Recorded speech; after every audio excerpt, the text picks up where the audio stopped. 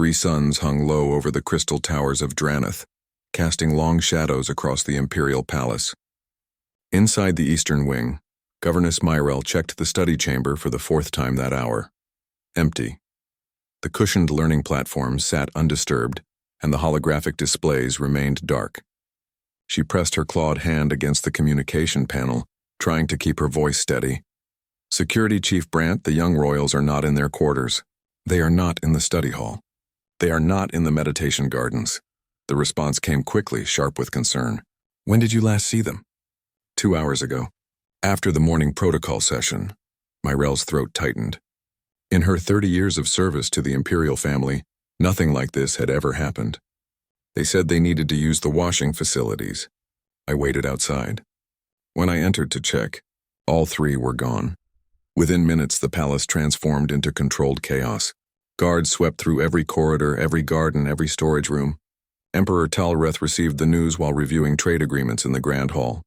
The datapad slipped from his claws and clattered against the marble floor. "Find them," he said, his voice dangerously quiet. "Find my children now." The Pyrith people valued few things above family lineage and honor.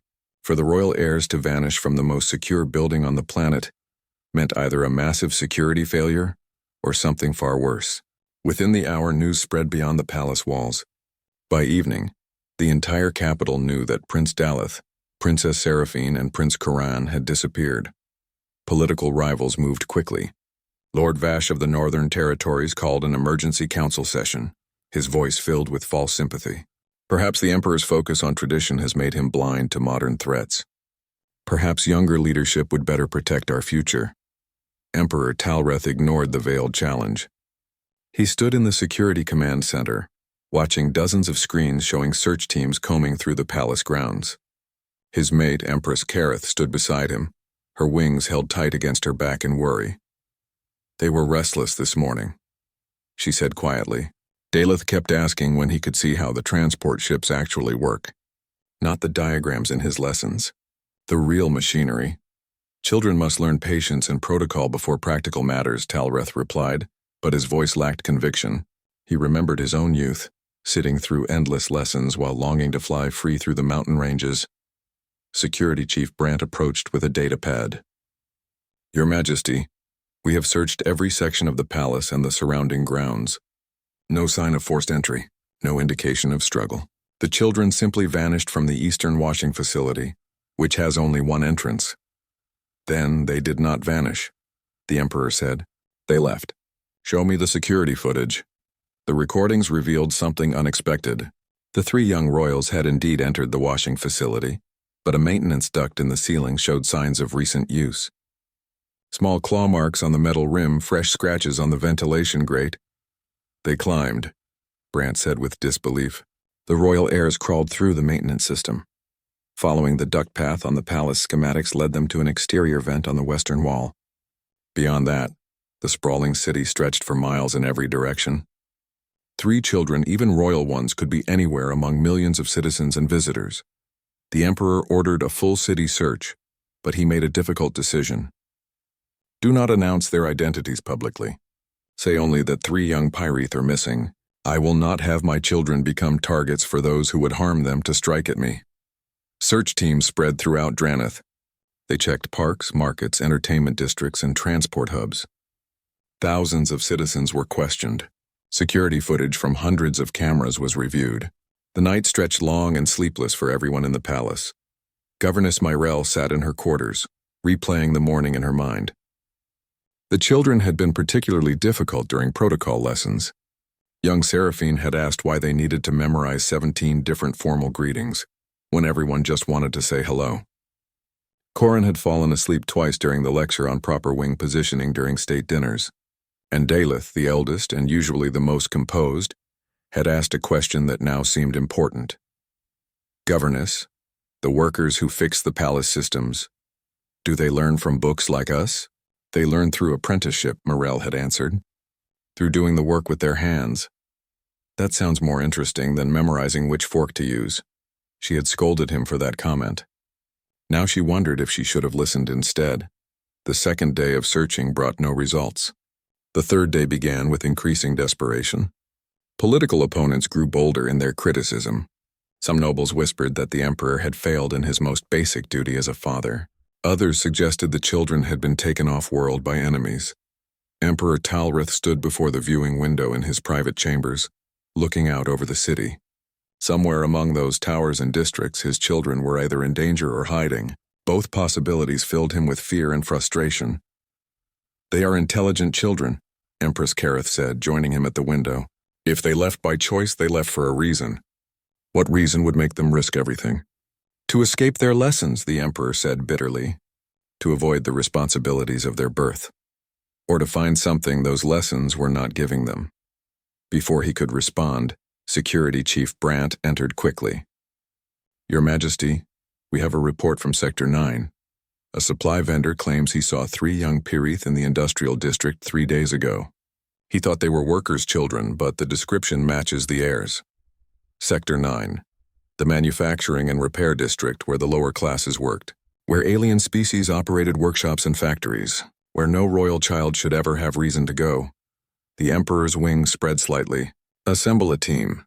We go to Sector 9 immediately." Hope and dread mixed in equal measure as the Imperial transport lifted into the evening sky.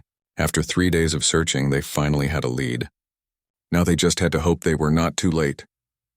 Riley Watts wiped hydraulic fluid from her hands and stared at the mining shuttle's exposed engine core. The cooling system had 3 separate leaks, the power converter was shot, and someone had apparently tried to fix the navigation computer with a hammer. She loved her job, but some days tested that love more than others. "Hand me the plasma welder," she called out. Small claws carefully lifted the tool from her workbench and carried it over. Riley smiled as young Seraphine struggled slightly with the weight, but refused to ask for help. The little dragon's scales were streaked with grease, and her wings had smudges of carbon scoring from yesterday's welding practice.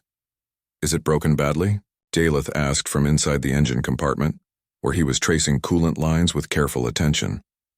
"Nothing we cannot fix," Riley said. "Everything breaks eventually. That is just how machines work. The important thing is understanding why they break and how to make them run again." Corin sat near the shuttle's landing gear, his young face serious as he examined the hydraulic pistons. He had a notebook open beside him, carefully drawing the mechanism with surprising detail for a 6-year-old. Riley had found the 3 children 4 days ago, standing outside her workshop in Sector 9. They had been dirty, tired, and clearly lost. When she asked where their parents were, they had looked at each other nervously and said they were orphans seeking work. Riley did not believe that for a second. Their scales were too well kept, their speech too educated, and their claws too clean underneath the travel dust. But she also recognized the look in their eyes. They were running from something, and whatever it was, they were not ready to go back. Riley remembered being young and desperate to escape her own circumstances. So she had made a deal. They could stay in her workshop's back room temporarily, but they had to work for their food and help with repairs. She expected them to last maybe a day before getting bored or scared. Instead, they had thrown themselves into learning everything she could teach them. Daleth absorbed mechanical theory like a sponge. Seraphine had steady hands and patience for detailed work. Corin asked questions about everything, constantly wanting to understand not just how things worked, but why they were designed that way. "Riley, this connection joint is cracked," Daleth called from inside the engine. "If we just patch it, it will break again soon." "Good eye," Riley said, genuinely impressed. "What should we do instead?" "Replace the whole joint assembly. It will take longer, but the repair will last." "Exactly right. Always fix the problem correctly, not quickly." Riley had taught dozens of apprentices over the years, but these 3 learned faster than anyone she had ever met. They did not complain about the hard work or the long hours. They just wanted to learn, to build, to understand. She found herself actually enjoying having them around, even if she knew this situation could not last forever. The sound of heavy boots on concrete made Riley look up from her work. 3 Pirith guards stood at her workshop entrance, their formal armor gleaming even in the dim industrial lighting. Behind them, more guards formed a perimeter around her entire building. Riley's stomach dropped. She had suspected these kids were from wealthy families. She had not expected this level of security response. "Is there a problem, officers?" she asked, keeping her voice calm. "Step away from the children," the lead guard commanded, his hand on his weapon. "Do not make any sudden movements." Daleth emerged from the engine compartment, grease covering his face. What is happening? Seraphine and Corin moved closer to Riley, their young faces confused and frightened. Riley put herself between the children and the guards, her mind racing through possibilities. Kidnapping charges. Harboring runaways. She had known this was trouble, but the kids had needed help. Listen, Riley said carefully. I did not take these children. They came to me. I was trying to figure out how to contact their families safely. Her Majesty's Imperial Guard, the lead guard announced formally. You are in the presence of Prince Daleth, Princess Seraphine, and Prince Corin of the Imperial House. The words took a moment to process. Prince, Princess, Imperial House. Riley looked down at the three children covered in grease and hydraulic fluid, and her brain struggled to connect them with royalty. You have got to be joking, she said weakly. We are not going back, Seraphine announced, her small voice fierce. Riley is teaching us important things. Real things. More guards entered the workshop, securing the area. Through the crowd, a larger Piraith pushed through, his scales marked with royal patterns Riley had only seen in history books. Emperor Talrith himself stood in her workspace, his eyes scanning the room until they landed on his children. The relief on his face lasted exactly 3 seconds before it transformed into shock. His royal heirs were filthy, surrounded by tools and machinery and clearly working on repairs like common laborers. Riley watched him take in the scene, his wings twitching with barely controlled emotion. Daleth, Seraphine, Corin. The Emperor's voice was tight. What are you doing? Learning, father, Daleth said simply. He held up the cracked connection joint. See? This is why the palace transport systems keep failing. The repair crews just patch problems instead of replacing damaged components. If they understood proper maintenance protocols, we would have fewer system failures. Emperor Talrith stared at his son, then at Riley, then back at his son. You have been missing for 3 days. The entire Empire has been searching for you. And you have been fixing engines? Riley says anybody willing to learn deserves a teacher, Corin added helpfully. We are very willing to learn. Security Chief Brant stepped forward. Your Majesty, we should secure the children and question this human about... She did not kidnap us, Seraphine interrupted. We found her. She gave us food and a place to sleep and taught us how things work. Real things, not just boring protocol rules. Riley finally found her voice. Your Majesty, I genuinely did not know who they were. They said they were orphans. I was planning to contact Child Services tomorrow, I swear. The Emperor looked at her for a long moment. His eyes were ancient and sharp, evaluating her honesty. Riley forced herself to meet his gaze, even though every instinct told her to look away from someone so powerful. You taught them mechanical repair, he said slowly. I taught them to think logically and solve problems. The mechanical repair was just the method. They are covered in grease and machine fluids. Yes, sir.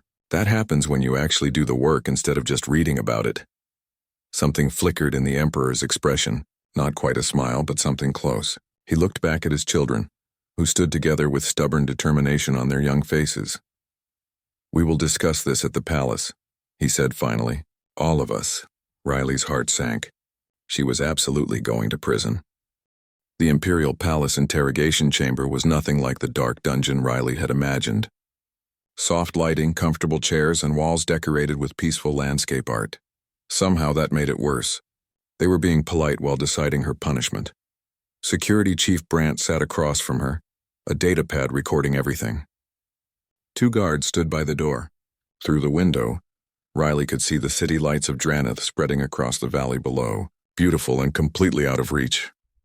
Walk me through the 4 days again, Brant said, his tone professional but not hostile. Start from when you first encountered the royal heirs. Riley took a breath and repeated the story she had already told 3 times. Finding the kids outside her workshop. Their claim of being orphans. Her decision to let them stay temporarily. The work they had done together.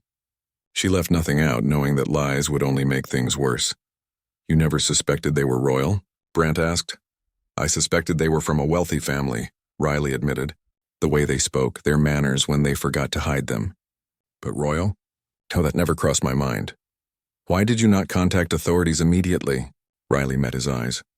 Because they were scared. Because sometimes kids run away for good reasons, and returning them to bad situations makes you part of the problem. I was planning to ask more questions, gain their trust, and then figure out the safest way to get them home. By teaching them to repair engines, by teaching them that learning can be interesting, that working with your hands to solve problems is valuable, that asking questions is not a weakness. Riley's voice grew stronger. Those kids were hungry for knowledge, Chief. Not food, knowledge. When was the last time you saw children that excited to learn something? Brant studied her silently, then made a note on his datapad. Wait here. He left Riley alone with her thoughts and the guards.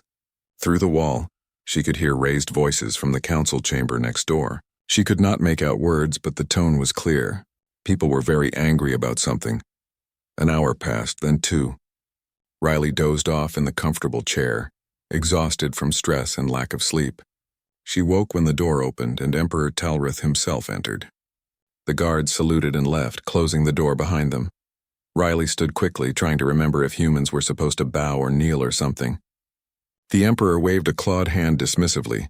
Sit, please. They sat across from each other like two normal people having a conversation, except one of them ruled an interstellar empire and the other was probably going to prison. My council wants me to charge you with kidnapping, the Emperor said bluntly. Lord Vash is particularly vocal about it. He sees this as evidence of failed leadership on my part and wants to use your punishment as a political tool. Riley's heart hammered. Your Majesty, I know. He cut her off gently. I have reviewed the security footage from Sector 9. I have read the statements from vendors who saw my children approach your workshop voluntarily. I have spoken with Daleth, Seraphine, and Corin at length. He leaned back, looking suddenly tired. You did not kidnap my children. If anything, you saved them from their own foolishness. Relief flooded through Riley, but the Emperor was not finished. However, that presents me with a difficult problem. My heirs ran away from the palace, from their responsibilities, from their education. They crawled through maintenance ducts and wandered the city alone for hours before finding you. That is unacceptable behavior for future rulers. They are children, Riley said quietly. Children who are bored and looking for something meaningful. They have responsibilities. They are 9 and 6 years old. Riley knew she should stop talking, but the words came anyway. Your Majesty, with respect, I watched those kids light up when they understood how a hydraulic system creates mechanical advantage. I saw Seraphine's pride when she completed her first clean weld. Daleth drew detailed schematics from memory after watching me work once. These are brilliant children who were dying of boredom in their lessons. The Emperor's expression was unreadable. You speak boldly for someone in your position. I speak honestly. It is the only thing I have left at this point. A long silence stretched between them. Emperor Talrith stood and walked to the window, gazing out over his capital city. His wings were held in a posture Riley could not interpret. When I was Daleth's age, he said slowly, I wanted to be an explorer. I wanted to fly to distant stars and discover new worlds. Instead, I learned protocol. I learned politics. I learned how to rule an empire I never asked for. He turned back to Riley. I told myself that my children would understand their duty better than I did, that they would embrace their responsibilities without resentment. But they are not you, Riley said. They are themselves. Yes. The Emperor returned to his seat.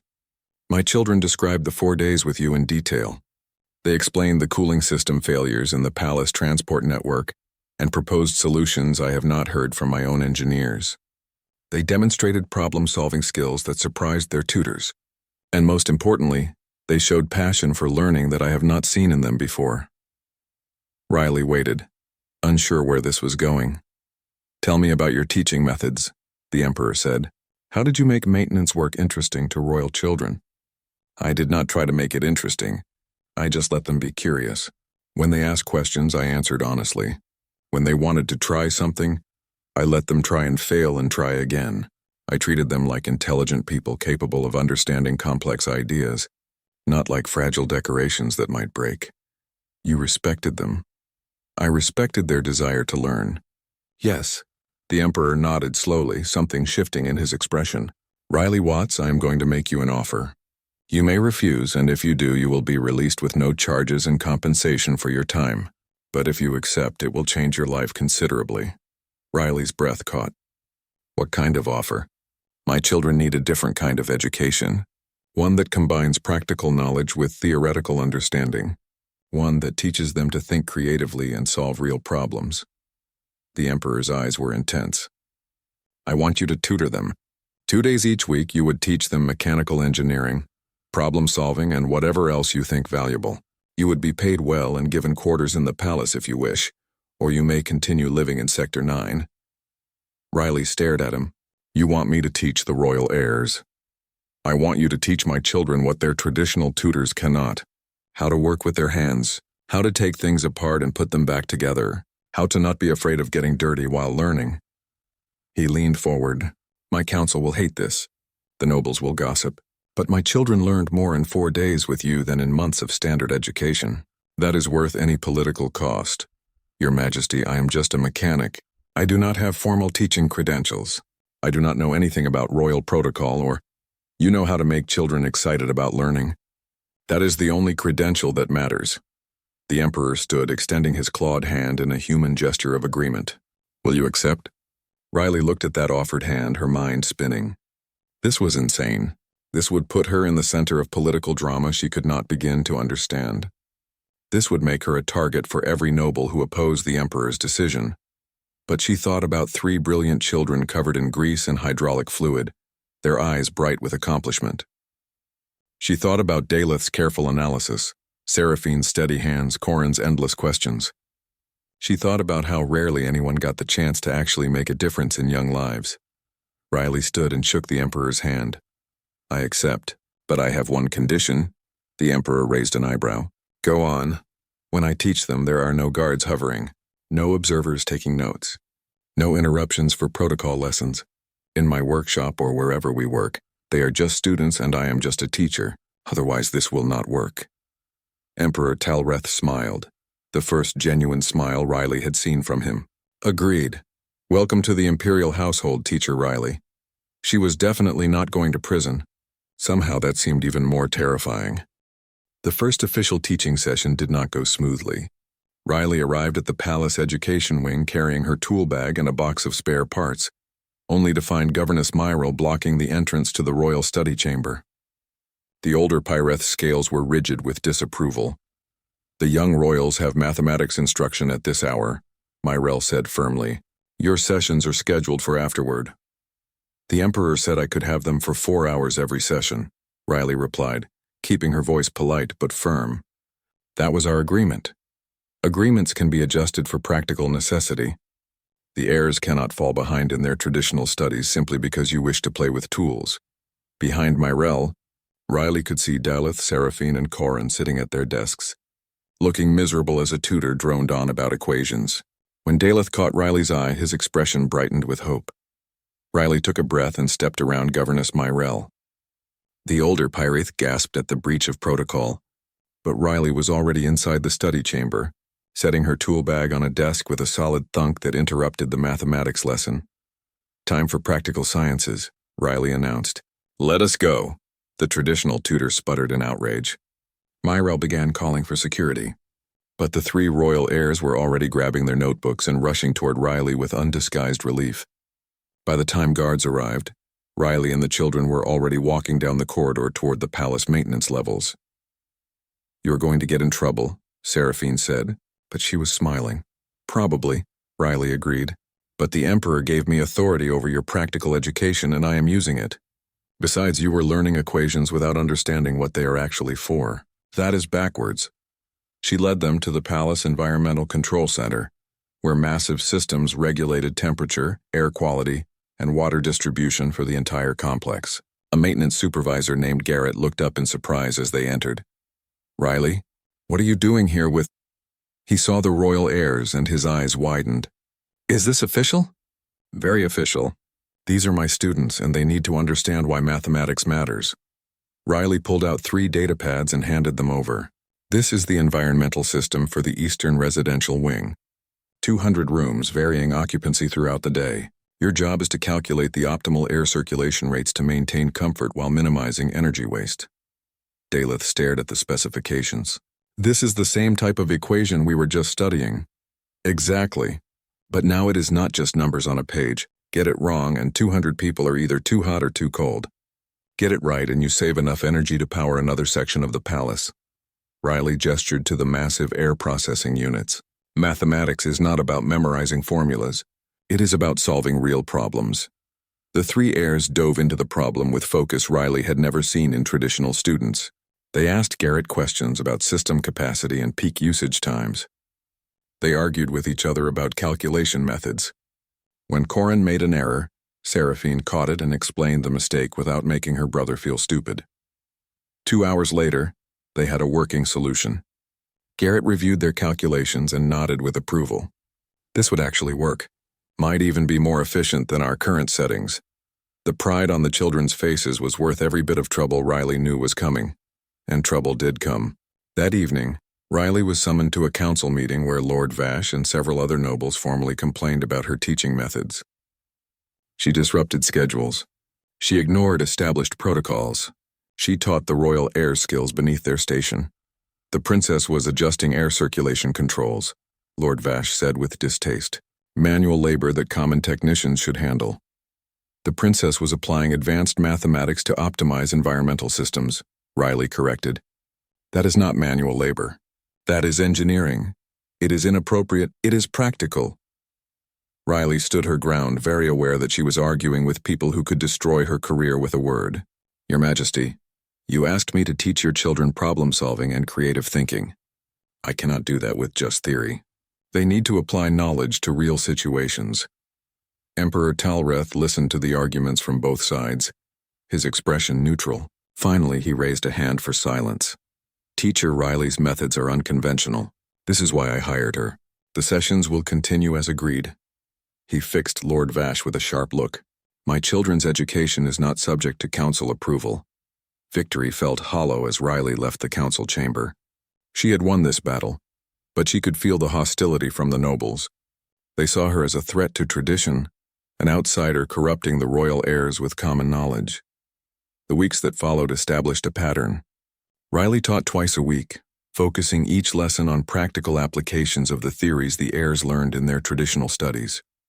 They rebuilt a small transport vehicle engine to understand mechanical physics. They programmed maintenance drones to learn about algorithms and logic. They analyzed structural engineering while examining the palace architecture. The children thrived. Daleth began asking his traditional tutors questions that connected different subjects together in ways those tutors had never considered. Seraphine developed a reputation for solving problems others found impossible. Corin started a notebook where he sketched improved designs for palace systems. But the political tension grew.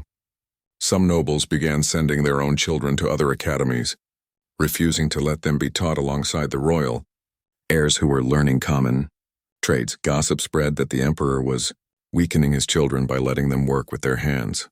Riley tried to ignore the politics and focus on teaching, but she was not blind to the damage her presence was causing. One evening, after a particularly successful lesson on hydraulic engineering, she found herself alone in her workshop back in Sector 9. She sat at her workbench, tools spread before her, and wondered if she should resign before she caused more problems for the imperial family. Her door opened without warning. Empress Kareth entered, ducking slightly to fit her tall frame through the human-sized entrance. Riley jumped to her feet, startled. The Empress had never visited before. Your Majesty, I did not expect— Sit, please. This is not a formal visit. Kareth looked around the workshop with interest, examining the tools and half-finished projects. My children speak of you constantly. Daleth wants to build a better cargo transport system. Seraphine designed a more efficient water recycling mechanism for ships. Corin asks questions about everything now, not just when he is bored. They are brilliant students, Riley said honestly. They just needed someone to give them challenges instead of lectures. Yes. Kareth turned to face her directly. You are making enemies among the nobles. You are aware of this? I am aware. And yet you continue teaching controversial subjects. Riley met the Empress's eyes. Because your children deserve better than having their potential wasted to satisfy political expectations. If that makes me unpopular, I can live with it. Kareth studied her for a long moment, then something in her expression softened. My mate chose well when he chose you. Do not let the nobles intimidate you into becoming a lesser teacher. Our children need exactly what you are giving them. even if it damages the Emperor's political position? Especially then. Kareth moved toward the door, then paused. Next week, we are hosting a diplomatic visit from the Kaloran Federation. They are a skeptical people who value practical knowledge over ceremony. Perhaps your students could demonstrate what they have learned about hydraulic systems and environmental engineering. Riley understood immediately. This was not just a teaching opportunity. This was a chance to show the galaxy that the Emperor's unconventional choice had value beyond politics. We will be ready, Riley promised. After the Empress left, Riley sat down at her workbench and started planning the most important lesson she would ever teach. The royal heirs would not just demonstrate their knowledge. They would prove that hands-on education created better leaders than endless protocol lessons ever could. The nobles wanted tradition. Riley was going to give them innovation instead. The Imperial orbital shipyards floated above Dranath like a crown of metal and light. Inside the main construction dock, the ceremonial cruiser Starfire's Dawn gleamed with fresh paint and royal insignias. This ship would carry the Emperor and his heirs on their diplomatic voyage to the Kaloran Federation, demonstrating Pyreth craftsmanship and power. Riley stood near a viewport with her 3 students, all of them wearing formal attire instead of their usual work clothes. The heirs fidgeted with their ceremonial robes, clearly uncomfortable with the restrictive fabric. Dozens of nobles and officials crowded the observation deck, waiting for the Emperor's arrival. "Remember what we practiced?" Riley said quietly. "When you demonstrate the hydraulic systems, focus on explaining your design improvements clearly. The Kaloran delegates value efficiency and logic. But what if Lord Vash interrupts again?" Seraphine asked nervously. "He always finds ways to make our work sound unimportant." Then you calmly continue explaining. Let your work speak for itself. The crowd parted as Emperor Talreth and Empress Kareth arrived with the Kaloran delegation. The Kaloran were insectoid beings, their compound eyes glittering with intelligence. Their leader, Ambassador Chitresh, moved with precise, efficient motions that suggested someone who valued function over ceremony. The formal greeting ceremonies felt endless. Speeches about friendship and cooperation, toasts to future partnerships. Riley watched the heirs growing restless, their attention drifting to the Starfire's Dawn visible through the viewport.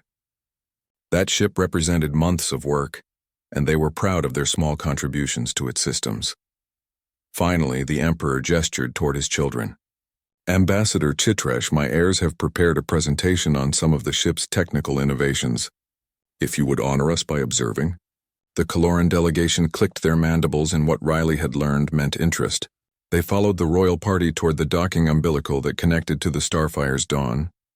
Riley stayed close to her students, offering silent support as they prepared to demonstrate months of learning. Inside the ship, Daleth led the group to the Environmental Control Center. His hands moved confidently over the controls as he explained the improvements. Traditional Pyreth ships use a centralized cooling system that processes all air through one large unit. We designed a distributed network that zones the ship into sections. Each section can adjust independently, reducing energy consumption by 18% while improving response time. Ambassador Chitresh examined the schematics with obvious interest. This design resembles Kaloran high ventilation principles. Very efficient. That is where we got the idea, Daleth admitted. Teacher Riley showed us architectural studies of different species, and we adapted the concepts to starship systems. Seraphine took over for the next section, demonstrating the improved hydraulic mechanisms for the cargo bay doors. She had personally helped redesign the seal system to prevent pressure loss. As she explained the mathematics behind the pressure differentials, Riley felt pride swelling in her chest. This was not just memorized knowledge. This was genuine understanding. Koran, despite his young age, confidently showed off the waste recycling improvements they had suggested. The enthusiasm in his voice made even the driest technical details sound fascinating. The Kaloran delegates asked sharp, probing questions.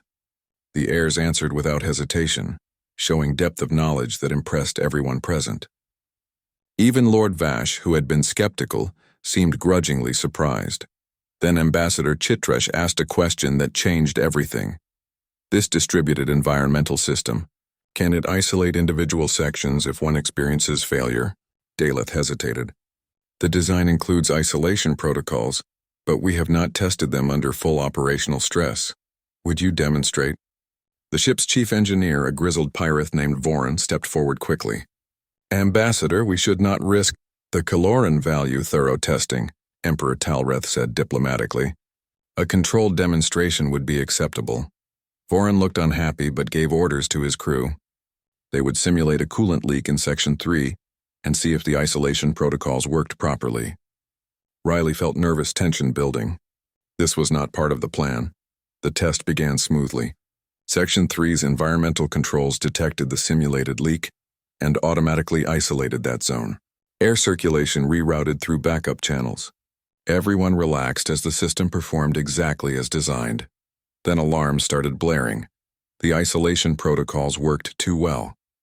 Section 3 had sealed completely, but the sudden rerouting of air circulation overloaded the backup channels. Pressure differentials throughout the ship began fluctuating wildly. Temperature sensors showed spikes in multiple sections. On the main display, warning lights cascaded across the ship's schematic. Chief Engineer Voran's claws flew over the controls, trying to stabilize the systems. The backup channels are not handling the load. We need to shut down and restart everything. That will take 20 minutes, one of his assistants said, panic creeping into her voice. Life support will be offline. We need to evacuate. The observation deck erupted in controlled chaos as officials began moving toward the exits. Riley's mind raced through possibilities, but this was beyond her expertise. This was a Starship system failure, not a simple workshop repair. Wait. Daleth's young voice cut through the noise. We do not need to restart everything. We just need to redistribute the load. Voran turned to him, frustration evident. Young Prince, this is not— Listen to him, Emperor Talreth commanded. Daleth moved to the control station, his eyes scanning the displays with intense focus. The problem is that all backup channels are trying to handle equal loads, but they have different capacities. Teacher Riley, remember the mining shuttle cooling system? This is the same problem. Riley saw it immediately. Weighted distribution. You need to manually allocate flow rates based on each channel's actual capacity, not theoretical design specifications. Yes, Seraphine joined her brother at the controls. But we need to calculate the optimal distribution quickly. Split the calculations, Karan suggested, pulling up a secondary terminal. Each of us takes a section of the ship. Riley watched as her 3 students divided the problem and started calculating furiously. She called out reminders about factors they might forget. Daleth coordinated with his siblings, checking their math and integrating the solutions. Chief Engineer Voran watched in stunned silence as children solved a problem his experienced team could not. Ready? Daleth announced after 2 minutes of intense work. Implementing new distribution protocols now. He entered the commands. For 3 heartbeats, nothing changed. Then the warning alarms began shutting off one by one. Temperature readings stabilized.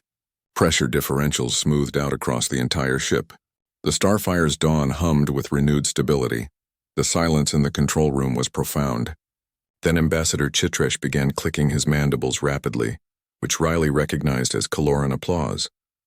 Remarkable, the ambassador said. Your heirs combined theoretical knowledge with practical problem-solving under pressure. This is precisely the kind of adaptable thinking the galaxy needs in its leaders. Emperor Talreth stood very still, processing what he had just witnessed. His children had saved the diplomatic mission and possibly prevented a disaster. They had done it using skills learned from an unconventional human teacher. Lord Vash stepped forward, and Riley braced for criticism. But the noble's expression was thoughtful rather than hostile. Perhaps, Vash said slowly. There is value in practical education after all. Chief Engineer Voran approached the heirs with obvious respect. Young royals, would you be willing to review the rest of our ship systems? If you can spot problems we missed, I want to know about them before we leave orbit. Daleth, Seraphine, and Corin looked at Riley with excitement barely contained. She nodded permission, and they followed Voran deeper into the ship, already asking questions about the propulsion systems. Emperor Talreth approached Riley, his expression unreadable. For a moment she worried that she had overstepped by letting the children take such risks. Then he placed a clawed hand on her shoulder. Thank you, he said simply, for teaching them to think instead of just obey, for showing them that knowledge has value when applied with courage, for making them into the kind of leaders this empire actually needs. Riley felt tears threatening and blinked them back. They did the work themselves. I just gave them tools. Sometimes that is exactly what children need. The Emperor looked toward where his heirs had disappeared into the ship's corridors, a teacher who gives them tools and trusts them to build something remarkable. Through the viewport, the stars wheeled silently in the void. The diplomatic mission would be a success. The Starfire's dawn would fly safely. And 3 young royals had proven that hands-on education could save lives when theoretical knowledge failed. Riley smiled. This was exactly why she loved teaching. 6 months after 3 royal heirs were found in a repair shop covered in grease, the Pirith Empire looked different, not in obvious ways. The crystal tower still gleamed.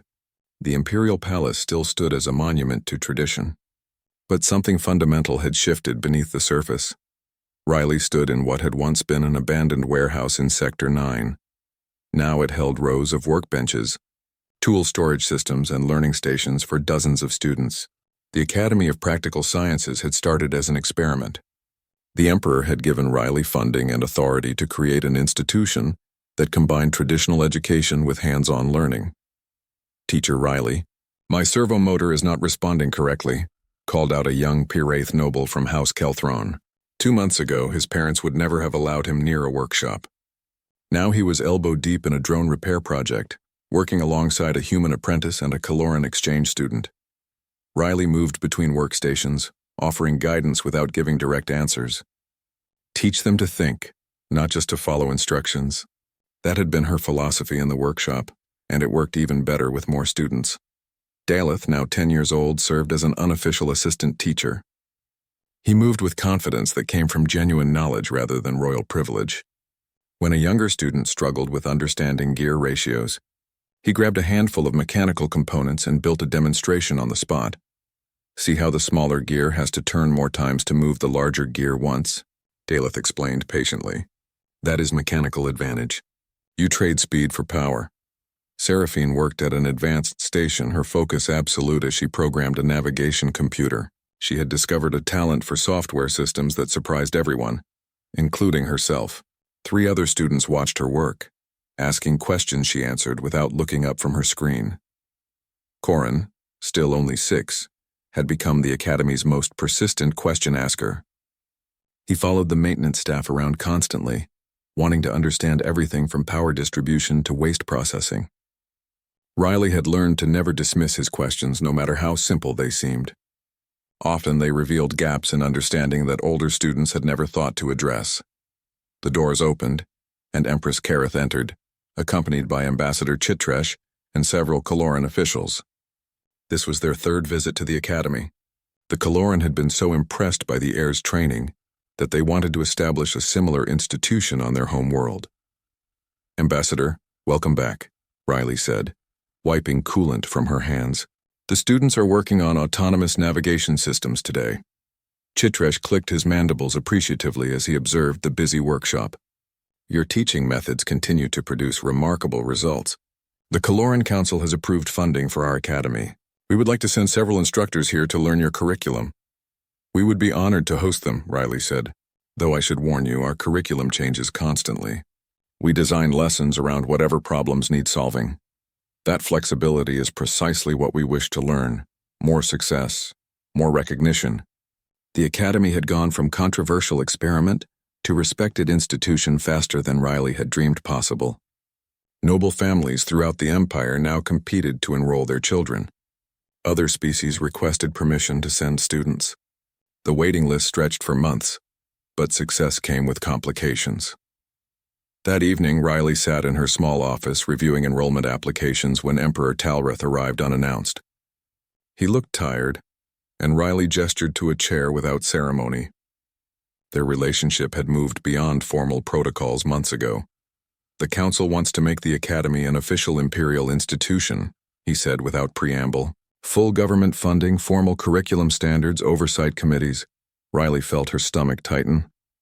"That would destroy what makes this place work." "I know." The Emperor rubbed his temples with his claws. "But the Academy's success is threatening traditional education systems. The old tutoring houses are losing students in prestige. They want either to control your academy or discredit it. So you are asking if I will accept government control to keep the peace? I am asking what you think is best for your students." Riley stood and walked to her window, looking out over the workshop floor below. Students from a dozen species worked together, learning not just technical skills but how to communicate across cultural boundaries, how to respect different approaches to problems, how to build something new from combined knowledge.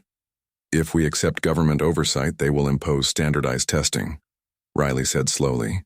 They will require specific curriculum milestones. They will want students ranked and compared and measured against each other, instead of against their own potential. Everything that makes this academy special will be regulated away. Then we refuse their offer and face political opposition. No. Riley turned back to face him. We expand too fast for them to control. We franchise the academy model. We give the curriculum away freely to any world or institution that wants it. We make practical education so common that the traditionalists cannot stop it. Emperor Talreth's eyes widened. You want to spread your teaching methods throughout the empire, throughout the galaxy. The Kaloran are already building their academy. Why stop there? Every species has students who learn better by doing than by listening. Every world has problems that need creative solutions. Riley's excitement grew as she spoke. We train teachers who understand the philosophy. We provide basic curriculum frameworks but let each academy adapt to local needs. In 5 years, there could be hundreds of these schools across known space. That is ambitious. That is necessary. Education should not be controlled by whoever wants to maintain power. It should be available to anyone willing to learn. The Emperor stood and walked to the window beside her. Together they watched Daleth teaching a mixed group of students about hydraulic principles using a partly disassembled cargo lift. My son will be Emperor someday, Talreth said quietly. He will rule differently than I have. More openly, more practically, because a human mechanic taught him that getting your hands dirty is not beneath royalty. It is how you truly understand the world you lead. He will be a better emperor than tradition alone could have made him, Riley agreed. Yes. The Emperor's expression turned thoughtful. Very well. I will tell the council that the academy remains independent. I will also establish an education fund to help worlds start their own practical academies. Let them regulate the old system. We will build a new one around them. After the Emperor left, Riley returned to the workshop floor. Students were beginning to pack up their projects for the day. Seraphine had successfully debugged her navigation program and was showing it to a group of impressed classmates. Corin was drawing designs for an improved water filtration system in his ever-present notebook. Daleth was helping a younger student troubleshoot a wiring problem with patient encouragement. 3 children who had once run away from boring lessons now thrived as students and teachers. They had learned that knowledge gained through doing lasted longer than facts memorized from books. That asking questions showed intelligence, not ignorance. That working alongside different species made everyone smarter. Riley picked up a data pad and started sketching plans for the curriculum sharing network. If other worlds wanted to build academies like this one, she would help them. She would train teachers who understood that education was not about controlling students, but about giving them tools to solve problems creatively. The Pyreth Empire was changing. One workshop, one lesson, one curious student at a time. The nobles who valued tradition over innovation would resist.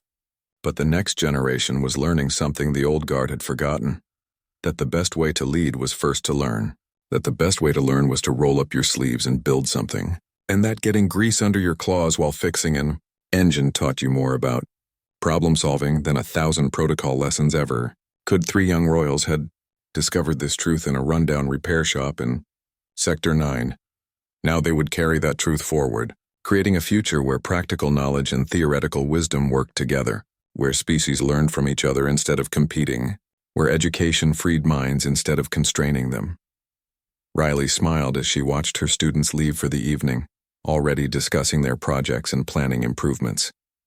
This was exactly what she had hoped to build when she took 3 lost children into her workshop and taught them that learning could be an adventure. The galaxy was about to discover that adventure for itself. And it would never be the same. The end.